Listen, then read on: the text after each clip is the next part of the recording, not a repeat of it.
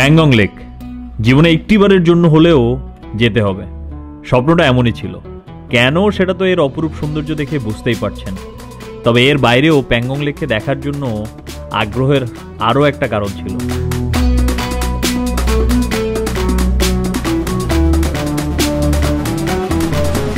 আমার খুবই ফেভারিট একটা মুভি হচ্ছে 3 ইডিয়টস, যার কারণে 2022 সালে আমার লাদাখ আসা।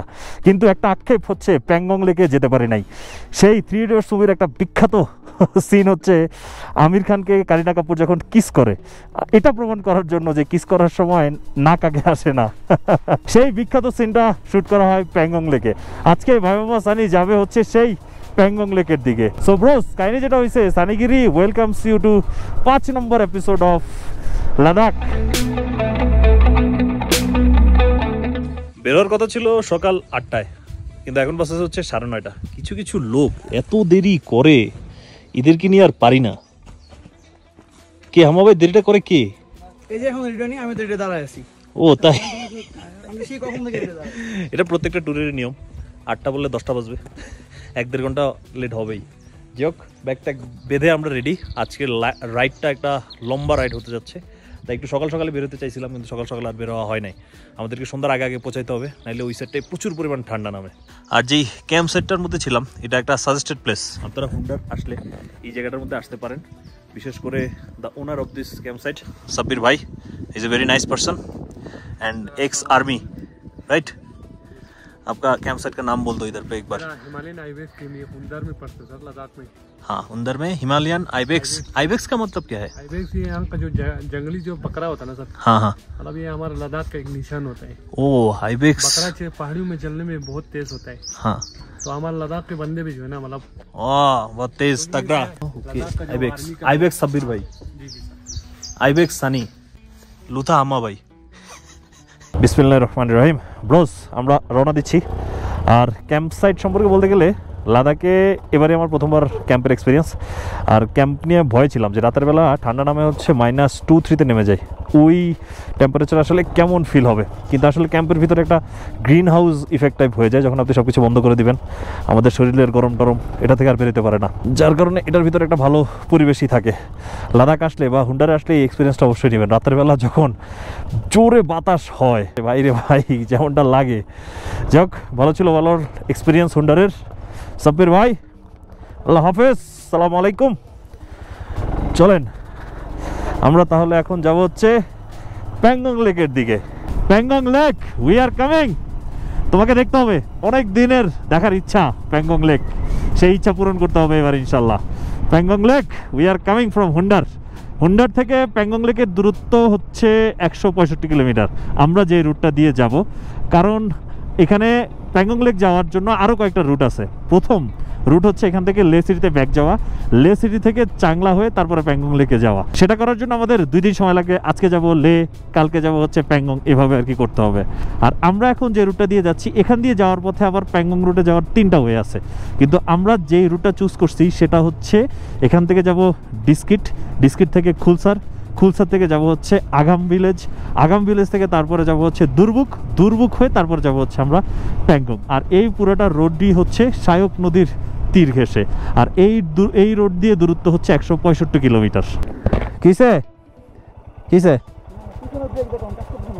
পিছনের ব্রেক কাজ করতেছে না, ফ্রি হয়ে গেছে? আচ্ছা, আপনার ব্রেকে চাপা পড়েছিল, আপনার পা ব্রেকে চাপা পড়ে রাখছিল, যার কারণে গরম হয়ে গেছে, এখন ধরতেছে না। এখন যেটা করবেন, পিছনের ব্রেক ধরার দরকার নাই, শুধু সামনের ব্রেক আর ইঞ্জিন ব্রেক দিয়ে কিছুক্ষণ 10 মিনিট করলে আবার ঠিক হয়ে যাবে। এই যে পাটা এমনি রেখেন, ঠিক আছে? এমনি রেখেন, মানে পিছনের ব্রেকের উপর যেন না পড়ে, ঠিক আছে? ওনার পিছনের ব্রেক কাজ করতেছে না, এটা আনকনসিয়াসলি আমাদের হয়ে যায়। পা অনেক সময় পিছনের ব্রেকের উপর চাপা পড়ে থাকে, তো এর ফলে ব্রেক অনেক গরম হয় এবং ব্রেক কাজ করা বন্ধ করে দেয়। তো ব্রেকটারে ঠান্ডা হইতে দিলে আবার ঠিক হয়ে যায়, সমস্যা নাই। চলেন তাহলে আমরা আমাদের আজকের রাইড শুরু করে দিই। আজকের রাইডে আমাদের গুগল দেখাচ্ছে আর কি 6 ঘন্টা, কিন্তু ভাই আরও বেশি লাগবে, 8 ঘন্টা 9 ঘন্টাও লেগে যেতে পারে। কারণ আমরা জায়গায় জায়গায় থামবো, আমরা ছবি তুলবো, আমরা ভিডিও করবো, তারপরে আমরা কি আমাদের ডেস্টিনেশনে পৌঁছাবো। ডেস্টিনেশনে পৌঁছানো ইম্পর্টেন্ট, কিন্তু জার্নিটাকে এনজয় করাটা বেশি ইম্পর্টেন্ট। আমরা আসছি এখন ডিস্কিট থেকে আমরা ফুল ট্যাঙ্ক করে নিচ্ছি, কারণ মাঝখানে কোথায় তেল পাবো না পাবো। আর এই ফুল ট্যাঙ্ক দিয়ে আমাদের প্যাংগং হয়ে যাবে। আর এখানে আমাদের আরেকটা ঝামেলায় আমরা পড়ছি, আমাদের কাছে ক্যাশ শর্ট হয়ে গেছে। তো এখন আমরা যেটা করতেছি, আমাদের আরেক ইন্ডিয়ান ভাই ব্রাদার ওই যে পেটিএম আছে, পেটিএমে টাকা সেন্ড করতেছে, এক্সট্রা টাকা সেন্ড করবে। তো যেটা আমাদের তেল হয়ে গেছে, তেলের টাকা কেটে বাকিটা আমাদেরকে ক্যাশ দিয়ে দিয়েছে, আমাদের ক্যাশও হয়ে যাবে, ঝামেলা শেষ। অ্যান্ড টাকা পয়সা পেয়ে গেছি ব্রোস। ইন্ডিয়াতে এসে যদি আপনারা টাকা পয়সা নিয়ে আটকান, ও ক্রেডিট কষ্ট, হ্যাঁ সব তো ভাই অবশ্যই সেটা ম্যানেজ করছে। ভাই ব্রাদার, একজন ইন্ডিয়ান ভাই ব্রাদার লাগবে, তারে বলবেন পেটিএম থাকলে পেটিএম পাঠিয়ে দিতে, সেই আপনাকে ক্যাশ আউট করে দিবে। এখানে আপনার অনেকগুলা জিনিস সেভ হবে, এক্সচেঞ্জ রেট ভালো পাওয়া যাবে। তারপর যদি এটিএমে উঠান তাহলে এটিএমে, এই আমি তো ভুল জিনিস প্রমোট করতেছি না, এটা প্রমোট করা যাবে না। ঠিক আছে, যাই হোক, আমাদের জন্য সুবিধা হয়েছে এটাই বলে রাখি। অবশ্য এই জিনিসটা প্রমোট না করে উপায় কি বলেন? দুইটা ব্যাংকের দুইটা ইন্টারন্যাশনাল কার্ড আমার কাছে আছে, $9,000 এন্ডোর্স করা আছে, কিন্তু আমি কোনো এটিএম বুথ থেকে টাকা তুলতে পারতেছি না, কারণ দুইটা ব্যাংকই ইন্টারন্যাশনাল ট্রানজ্যাকশন বন্ধ করে রাখছে। শুধুমাত্র আমি ওই যে পজ মেশিন দিয়ে কেনাকাটা করতে পারবো। এখন ইন্ডিয়াতে এটা অ্যাভেলেবেল না।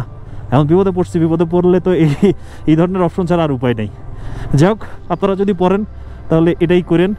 আর হ্যাঁ, এখন না পারতে আর কি এই জিনিসটাকে প্রমোট করা।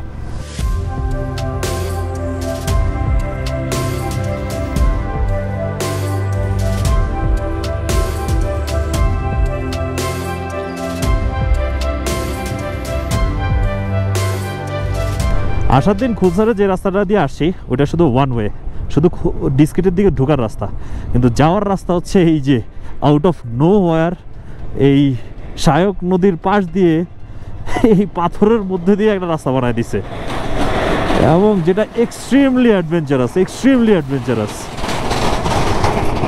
হাই রে, পুরো একটা ভ্যালি, আর ভ্যালির মাঝখান দিয়ে এই হচ্ছে রোড তো নাই, এখানে কোনো রোড নাই। আর ওই আমি শুধু গাড়িগুলোকে ফলো করতেছি, গাড়িগুলো যেদিকে যাচ্ছে আমি ওইদিকে যাচ্ছি, কারণ গুগল তো এই রোড জীবনও দেখাবে না। রওনা দিছি হচ্ছে 9:30টার দিকে, এখন বাজতেছে হচ্ছে 12:15। এতক্ষণে আমাদের চালানো হয়েছে মাত্র 35 কিলোমিটার। পুরাটা রাস্তা রে ভাই, কি পরিমাণ অফরোড। আজকে আবার ভিন্ন এক্সপিরিয়েন্স হইতেছে। কালকে স্মুথ রাস্তা ছিল, আজকে অফরোডের এক্সপিরিয়েন্স। আর এখন আমরা একটা ব্রিজের উপর দাঁড়াইছি, নিচে হচ্ছে শায়ক রিভারটা প্রবাহিত হচ্ছে, পানি কি পরিমাণ পরিষ্কার, খুব জোস। আর এই ব্রিজগুলোর মধ্যে একটা ভাইব আছে, দেখেন এই যে এই পতাকাগুলো দেখতেছেন, পতাকাগুলো বাতাসে উড়ে, সেই লাগে। আজকে পুরোটা রাস্তা এরকম যাবে, আজকে শরীরের উপর দিয়ে ভালো প্রেশার যাবে। গুগল দেখাইছিল আমাদেরকে 6 ঘন্টা লাগবে। গুগল তো জানে না রাস্তা আসলে কি পরিমাণ স্মুথ। গুগল যদি জানতো রাস্তার এই অবস্থা, তাহলে 12 ঘন্টা 14 ঘন্টা দেখাইতো। যাই হোক, আজকে বেশি বিরতি নেওয়া যাবে না, আজকে খুবই কম বিরতি নিতে হবে, রাইড করতে হবে, অল্প অল্প করে থেমে আবার রাইড শুরু করতে হবে।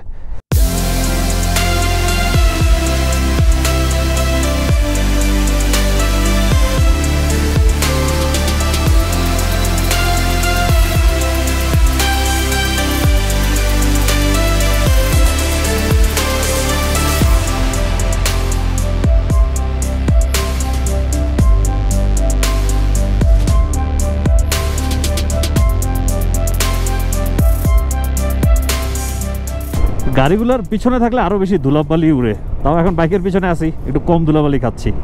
আর এই রোডটা টোটালি আন্ডার কনস্ট্রাকশনে আছে। সম্ভবত আগামী বছর যারা নুব্রা ভ্যালি থেকে প্যাংগং লেক যাবেন তারা একটা মাখন বাটারি স্মুথ রাস্তা পাবেন, এবং সেটার সাইজও বিশাল আকৃতি। দেখেন রাস্তাটা কি পরিমাণে চওড়া। সো এই বছর আমরা ট্রাভেল করে যাচ্ছি কষ্ট করে। আপনারা যারা আগামী বছর আসবেন আপনাদের কপাল অনেক ভালো, যেই হারে কাজ চলতে সেটা তাড়াতাড়ি শেষ হয়ে যাবে আমার মনে হচ্ছে। লাদাখ একবারে স্মুথ হয়ে যাবে, লাদাখে আর অ্যাডভেঞ্চার কম থাকবে। অ্যাডভেঞ্চার অবশ্যই থাকবে, কারণ পাহাড় যেখানে সেখানে অ্যাডভেঞ্চার না হয়ে পারবে না। অ্যাডভেঞ্চার থাকবে, তবে স্মুথ অ্যাডভেঞ্চার হবে আর কি। এই যে এখন ধুলাবালি খাওয়ার যেই মজা, সেই মজাটা আপনারা নিতে পারবেন না। একটা মনে হয় ভালো রাস্তা পাইছি, কি যে শান্তি লাগতেছে, মাখন রাস্তা। শুটিং স্টোনসের কথা বলছে, এই যে এগুলো হচ্ছে শুটিং স্টোনস। এই ধরনের পাহাড়গুলোতে পুরোটা হচ্ছে বড় বড় পাথরগুলা বালুর মতো থাকে আর কি, তো এগুলো যে কোনো সময় আপনার উপর এসে পড়তে পারে। তাই এই জায়গাগুলোতে সাবধান করে দেয় যে ভাই তুমি সাবধানে চালাও, পাথর টাথর পড়লে শেষ, অক্কা পাবে। হাই রে, শ্বাসছে ম্যান এটা পুরা বুকে কাপড় লাগায় দেওয়ার মতো জায়গা। ওরে শ্বাসে রে, কিছুই নাই, ছোট্ট চিপা একটা জায়গা। এদিক ওদিক হইলেই ঠুস করে শায়ক রিভারের মধ্যে চলে যাবেন। এই যে এগুলাকে বলতেছে আর কি শুটিং স্টোনস, এগুলাই শুধু পরে এগুলাকে পরিষ্কার করতে হয়, পরিষ্কার করে আবার পরে রাস্তা দখল করে ফেলে এগুলা। Drive slower, live longer. খুব ভালো কথা বলছে, আস্তে চালাও বেশি দিন বাঁচো, জোরে চালায় কম বাঁচার দরকার নেই।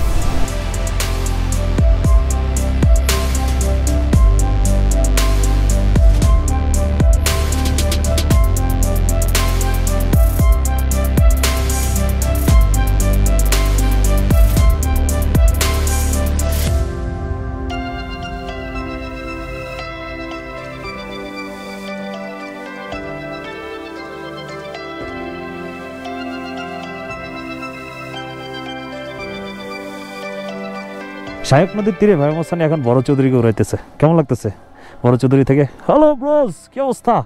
চলেন আমরা আরো একটু উপরে যাই, যেতে থাকি।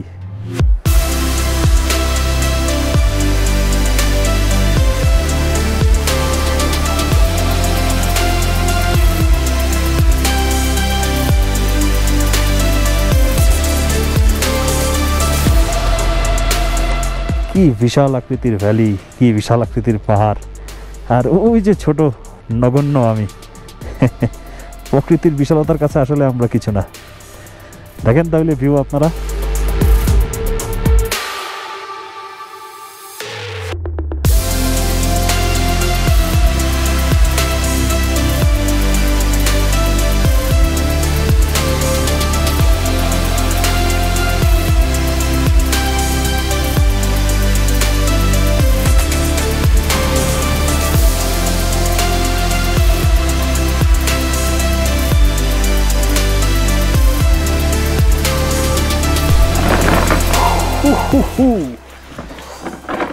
ব্রোস, কাহিনী যেটা হয়েছে, ধুলাবালিতে পুরা সব কিছুর অস্থির অবস্থা হয়ে গেছে।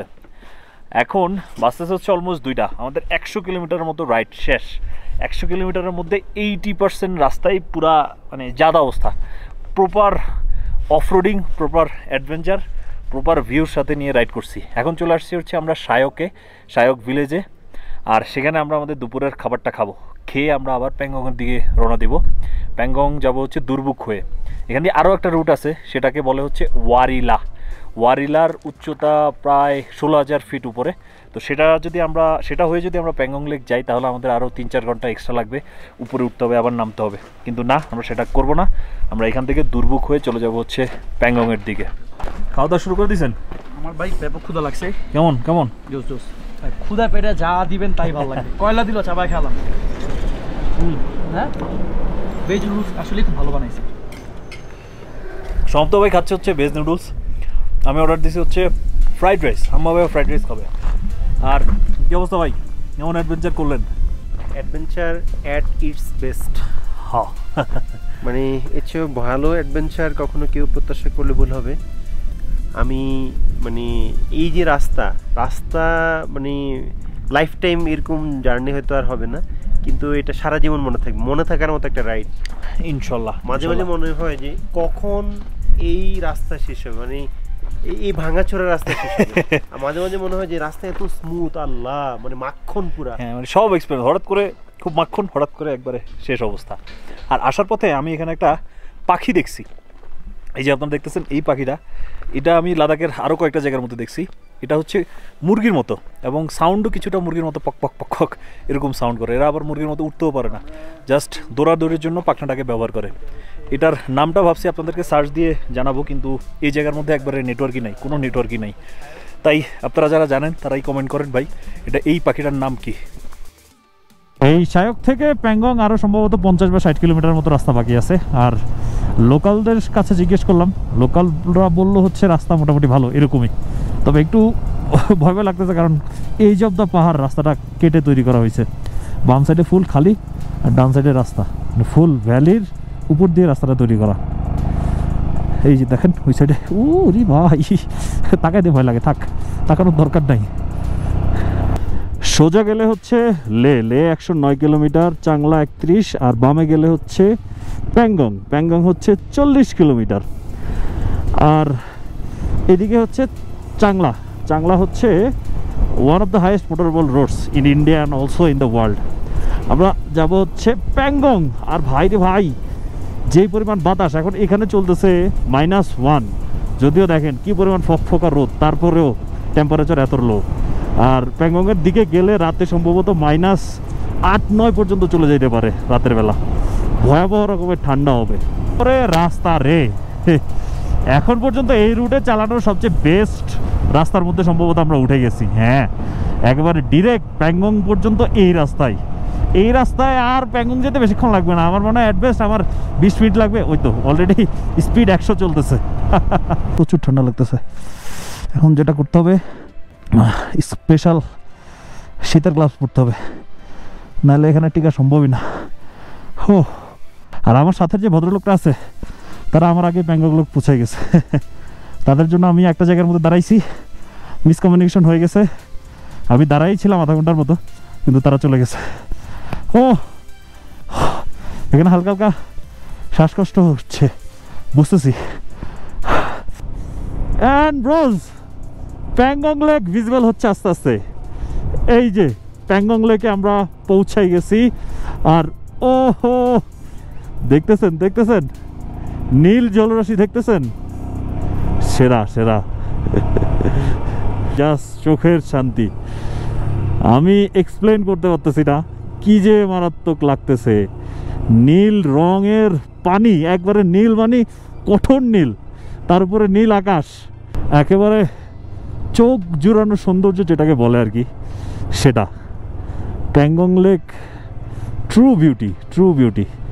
এতদিন ব্লগারদের মুখে সুনাম শুনতাম, বা যারা আসছে এখানে তাদের মুখে সুনাম শুনে আসছি, এখন বুঝতেছি আসলে এটা সুনাম করার মতোই জায়গা, এটা আসার মতোই জায়গা।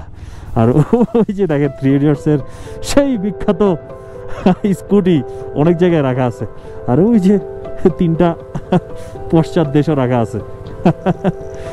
সেরা একটা জায়গা, মানুষজন এখানে বসে ছবি তুলতেছে। জোস ভাই, এটা অনেকক্ষণ বসে আমাকে এই লেক দেখতে হবে। পাহাড়, নীল আকাশ, আর নীল একবার ডিপ ব্লু জলরাশির সাথে যে সুন্দর একটা সংমিশ্রণ হয়েছে, এটা অন্য লেভেলে।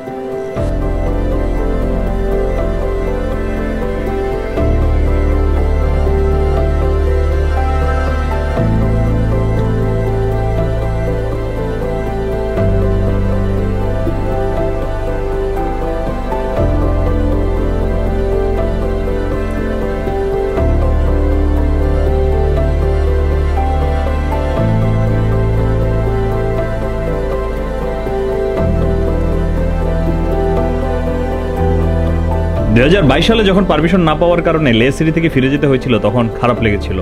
সবচেয়ে বেশি খারাপ লেগেছিল প্যাংগং লেকের এত কাছে এসেও যেতে না পারাটা। তাই এবার আমি 2 চোখ ভরে প্যাংগং লেককে দেখেছি। কি অপূর্ব, কি বিশালতা, বিধাতার নিজ হাতে সৃষ্টি। ভারত আর চীনের সৌভাগ্যই বটে, পৃথিবীর সবচেয়ে উঁচু স্থানে অবস্থিত সল্ট ওয়াটার লেকটি তাদের মানচিত্রে আছে। সৌভাগ্যবান তো আমিও, নিজের স্মৃতির বাক্সে এই সৌন্দর্যকে নিজ চোখে দেখার অনুভূতি যুক্ত হয়েছে।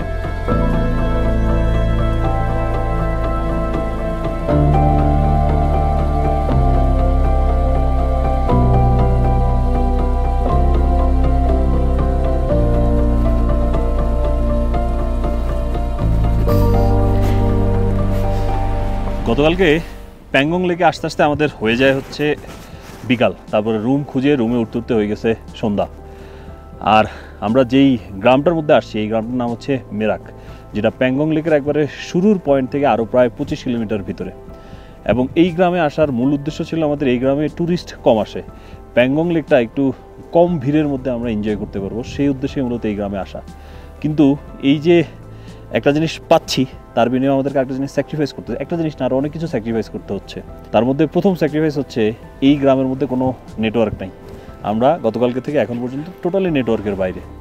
2 নম্বর স্যাক্রিফাইস হচ্ছে এই গ্রামের মধ্যে ঠান্ডা প্রচুর পরিমাণে। সকালবেলা ওয়াশরুমে গেছি কিন্তু পানি নাই, পানির কি হয়েছে, পানি বরফ হয়ে গেছে। এই হচ্ছে কষ্ট। তবে যেই ভিউটা পাওয়া যায় এই গ্রাম থেকে সেটা ভাই অন্য লেভেলে। আমি এখন আপনাদেরকে শুধুমাত্র আমার হোমস্টে দেখাচ্ছি। এই যে এই রুমটার মধ্যে আমরা গতকালকে রাতে ছিলাম। এবার আপনাদেরকে ভিউটা দেখায়, আসেন।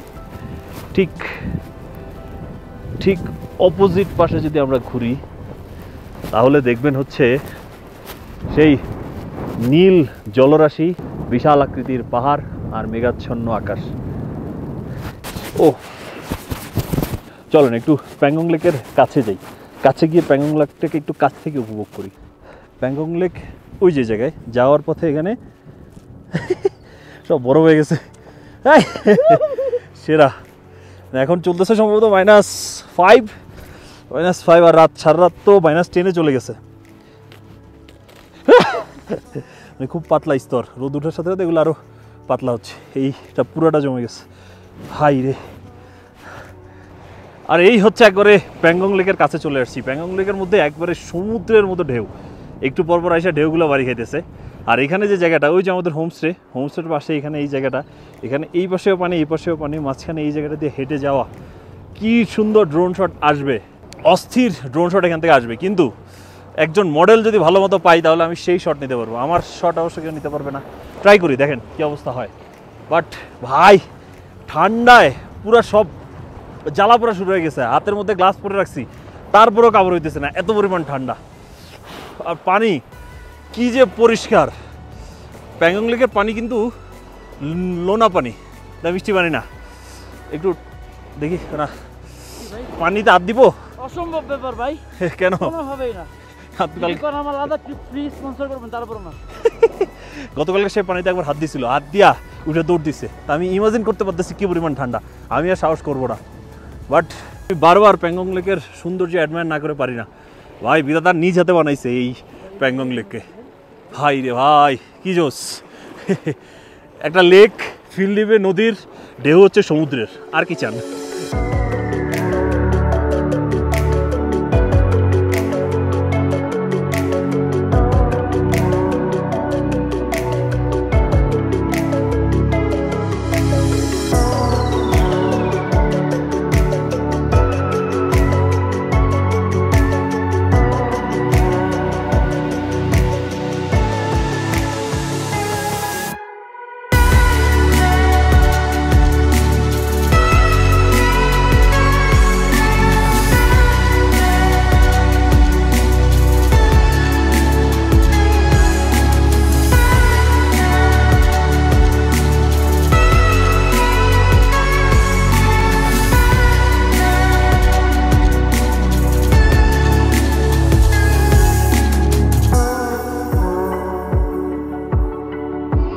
প্যাংগং লেকে আমাদের টোটাল থাকা হয় 2 রাত, কিন্তু প্রচণ্ড ঠান্ডার কারণে খুব বেশি ব্লগ করা হয় নাই। -10, -12 খুব কমন ছিল।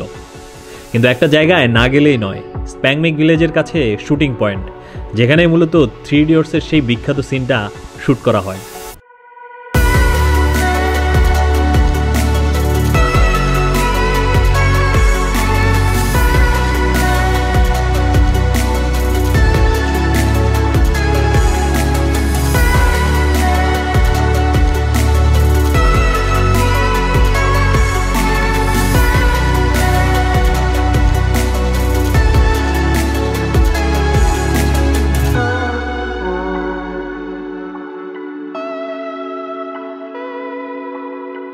If married divorce speed. যদি আপনি বিবাহিত হন তাহলে স্পিডকে ডিভোর্স দিয়ে দেন। এটা স্পেসিফিকলি হাম্মা ভাইয়ের জন্য, আমরা যেহেতু এখনো বিবাহিত না।